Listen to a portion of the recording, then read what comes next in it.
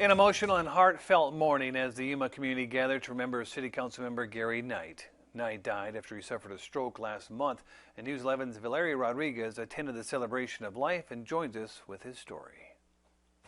A strong advocate for the Yuma community. That is one of the ways Councilmember Gary Knight's daughter described him. And many other family members, close friends, and colleagues shared the impact he had beyond his 10 years on Yuma City Council. My dad was my superhero.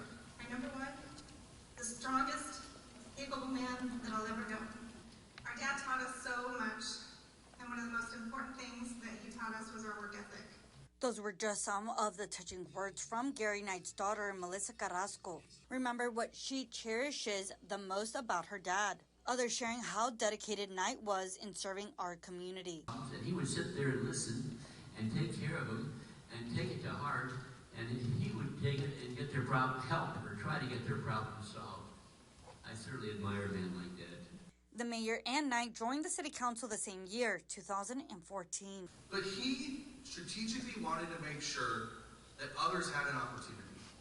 But it wasn't just about Gary. He truly enjoyed how the government worked at the council level and how he could have a positive impact. Councilmember Art Morales served the city with Knight for over a year. Him and I were always wearing turtlenecks during the winter season, so I was really looking forward to doing that again this coming up winter season.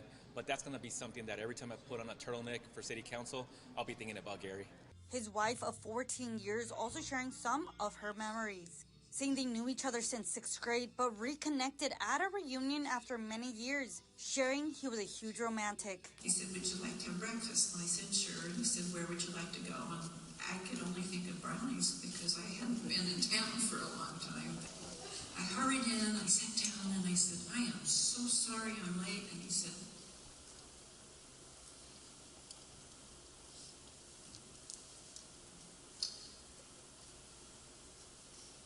"I've waited to find you again for 45 years, and power won't make a difference." Family, friends, and colleagues are all asking the Yuma community to keep Councilmember Knight's legacy alive by sharing any stories that they might have with their loved ones. Reporting in Yuma, I'm Valeria Rodriguez.